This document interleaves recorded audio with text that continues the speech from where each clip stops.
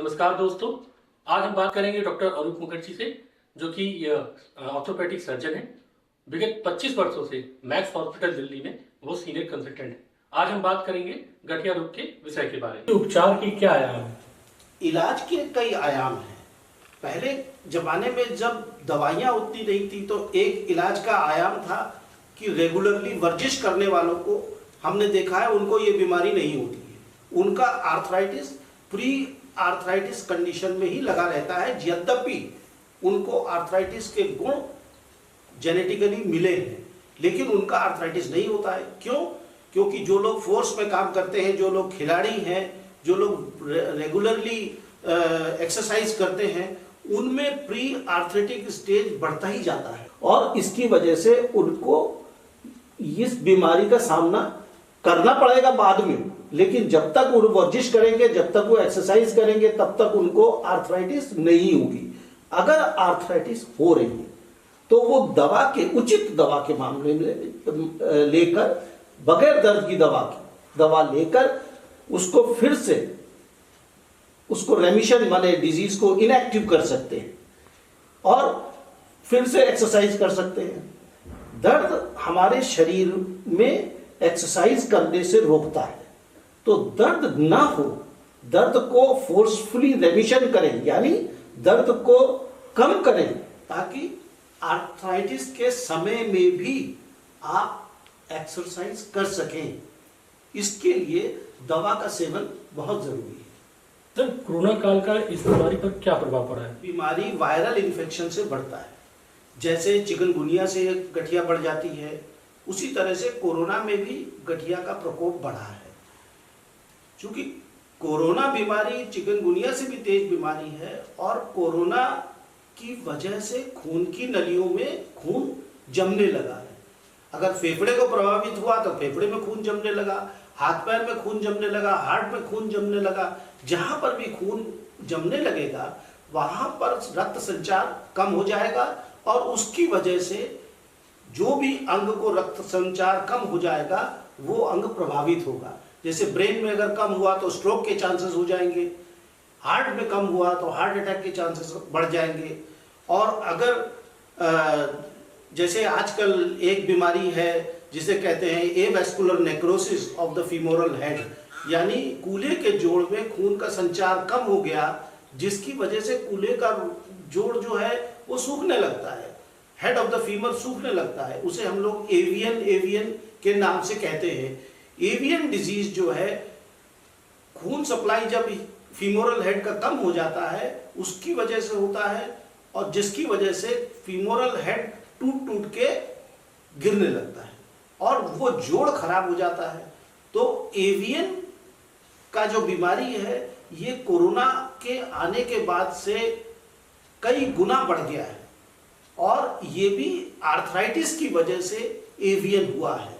Steroid की वजह से एवियन नहीं हुआ है। कई लोगों के मन में यह धारणा है, वैज्ञानिकों के मन में भी है, कि स्टीरॉयड देने से एवियन हो जाता है।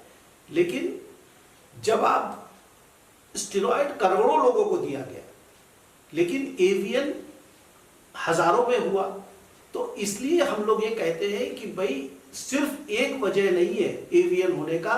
एवियन प्री आर्थराइटिक कंडीशंस में अगर कोरोना हो जाए तो उसका एक कॉम्प्लिकेशन है। तो avian is a complication of arthritis. ये अगर हम लोग समझ के चले तो एवियन को भी हम ठीक कर सकते हैं आर्थराइटिस की दवा को संयमित डोजेज में देने से। अब आर्थराइटिस की नई दवा क्या है?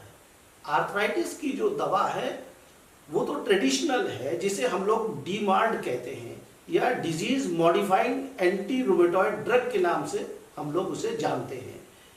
लेकिन ऑस्टियोआर्थराइटिस में डीमार्ड का रोल अब पब्लिकेशंस में, किताबों में, जगह जगह रिसर्च में पता चलने लगा है कि अगर आप रूमेटॉइड आर्थराइटिस का इलाज संयमित दवा और उसके साथ विटामिन देकर करें तो ये आपको ऑस्टियोआर्थराइटिस को भी रोकता है, दर्द की दवा देने की जरूरत नहीं पड़ती है, व्यायाम करने में पेशेंट को आराम रहता है और हड्डियों में कैल्शियम कम नहीं होता है, जिसे हम लोग ऑस्टियोपोरोसिस कहते हैं।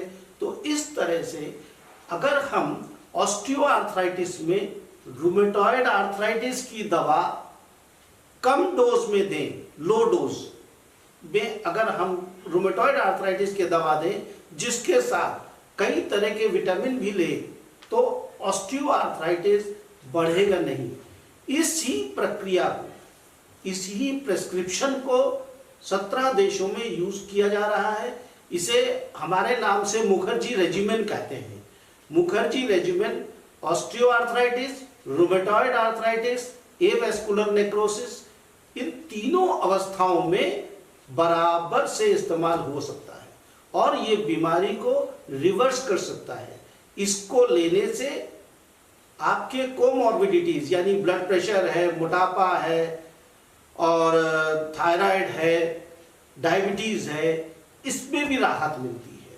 तो दर्द की दवा न देकर अगर मुखर्जी रेजिम लें, लेकिन उससे बहुत से पेशेंट्स को राहत मिल रही है, लेकिन इसका मतलब ये नहीं है कि दवा देने से काम बन गया। दवा देने के साथ आपको 3-3 महीने में खून की जांच करा के अपने आंतरिक स्वास्थ्य का डॉक्टर से निरीक्षण कराना पड़ेगा कि आपके बाकी ब्लड पैरामीटर नॉर्मल है, आपके दर्द में आराम है, आपका मोटापा नहीं बढ़ रहा है, आपका ब्लड प्रेशर नहीं बढ़ रहा है, आपकी शुगर की डोज लगातार कमी होती जा रही है।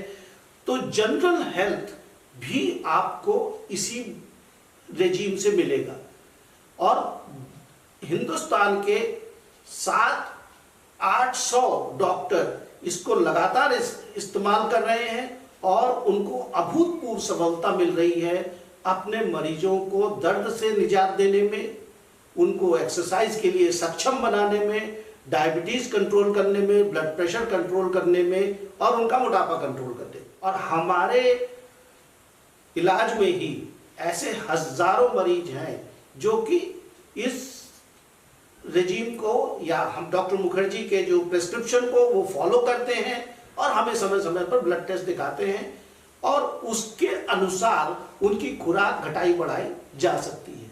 ये सेफ है। ये 20 साल, 25 साल, मैक्सिमम 35 साल तक लोगों ने इसको लिया है और उसका कोई दुष्प्रभाव दवाई का शरीर में नहीं है, क्योंकि दवा के साथ उचित मात्रा में विटामिन है, सप्लीमेंट है, प्रोटीन, कैल्शियम है और एक्सरसाइज है, जो कि पेशेंट को इन जनरल पूर्ण रूप से स्वस्थ करने में सहायक होता है। जानकारी देने के लिए डॉक्टर साहब का बहुत बहुत धन्यवाद। अब मिलेंगे श्रोताओं और दर्शकों के प्रश्नों के साथ अगली बार। नमस्कार।